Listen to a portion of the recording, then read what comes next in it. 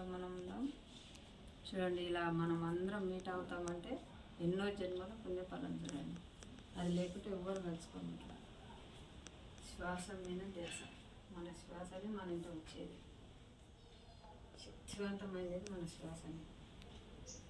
మన గురువు మన లోపలనే ఉన్నాడు. ముక్తిలోని శ్వాస ముక్తికి మరి దారి. కళ్ళు మూసే ధ్యానం, నోరు మూస్తే మౌనం. చూడండి, ఎంత ₹1 ఖర్చు లేదంటే కళ్ళు మూసే ధ్యానం, నోరు మూస్తే మౌనం. ఎంత ఈజీ పని చూడండి. వాకింగ్, ధ్యానం. ఏ జబ్బు రాదు మన లోపల. డాక్టర్ను మెడిసిన్. గురువుగారు అంటే కూర్చోండి అని ఎంత అంటారు. చిన్న అలవాటు పెట్టుకోవాలి.